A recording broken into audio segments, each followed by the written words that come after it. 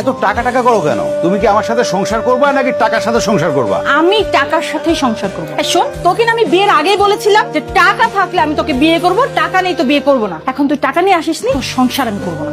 তুমি একটা বাঙালি মেয়ে বাসর ঘরে স্বামী ঢুকলে তাকে সালাম করবে, তাকে আদর যত্ন করবে, তা না তুমি ঢোকার সাথে সাথে টাকা টাকা করছো। টাকা থাকলে আমি থাকবো, আর যদি টাকা না থাকে তাহলে এই মুহূর্তে আমি এই বাড়ি থেকে চলে যাবো। তা আমার বাড়ি, আমি যা বলবো তুমি তাই শুনবা। তুমি আমার বাবাকে অপমান করছো। আরে তুমি যে ছেলের সাথে প্রেম করো সেই ছেলের দিনের মধ্যে 100 বার আমি কিনতে পারি। এই নাও কত টাকা লাগবে তোমার? আমি তোমাকে 2-1 দিনের মধ্যে ডিভোর্সের পেপার পাঠিয়ে দেবো।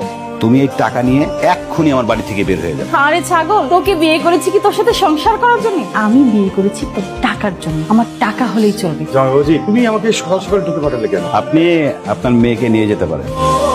তুই এগুলো আবল তাবল কি বলছিস? এখান থেকে নিয়ে যাবে মানে? ও তো তোর বউ। সেটা তো কাগজে কলমে, বাস্তবে। আর হ্যাঁ, আপনার মেয়ে বিয়ের আগে আমাকে কিছু শর্ত দিয়েছিল, আমি সমস্ত শর্ত পূরণ করেছি। এখন আপনি আপনার মেয়েকে নিয়ে যেতে পারেন। কিছুই বুঝতে পারতেছি না। এত তাড়াতাড়ি ভুলে গেলেন? আপনার মেয়ে তো বিয়েতে রাজি ছিল না, তাই না? হ্যাঁ, তুমি তো কথা ঠিক বলেছো। তাহলে ভাবুন তো, কেন হুট করে এই বিয়েতে সে রাজি হলো? অসম্ভব বাবা, এই ছেলেকে বিয়ে করা আমার পক্ষে সম্ভব না। ছেলেটা ভদ্র ও শিক্ষিত। এই ছেলে সব সময় দেখি লুঙ্গি পরে ঘুরে। যে ছেলে সবসময় লুঙ্গি পরে ঘুরে, এরকম একটা খ্যাত ছেলেকে বিয়ে করবো আমি?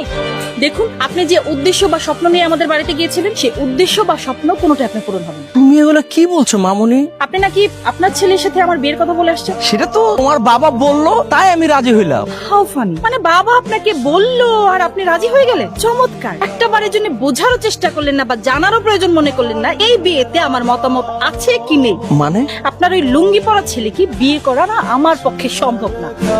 বাবা, তুমি এখানে দাঁড়ায় আছো? না, একটু ভাবছিলাম আর কি।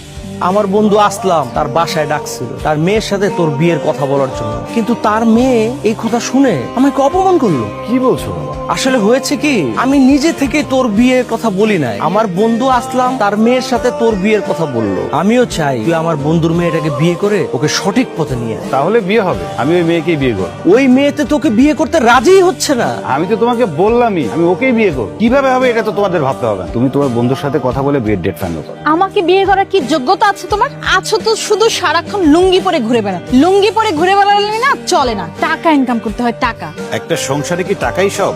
এখানে কি কোনো ভালোবাসার দাম নাই? আমার কাছে টাকাই সব। ভালোবাসা টালোবাসা না আমাকে দিয়ে পুষে না। তোমাকে বিয়ে করতে পারি একটা শর্তে।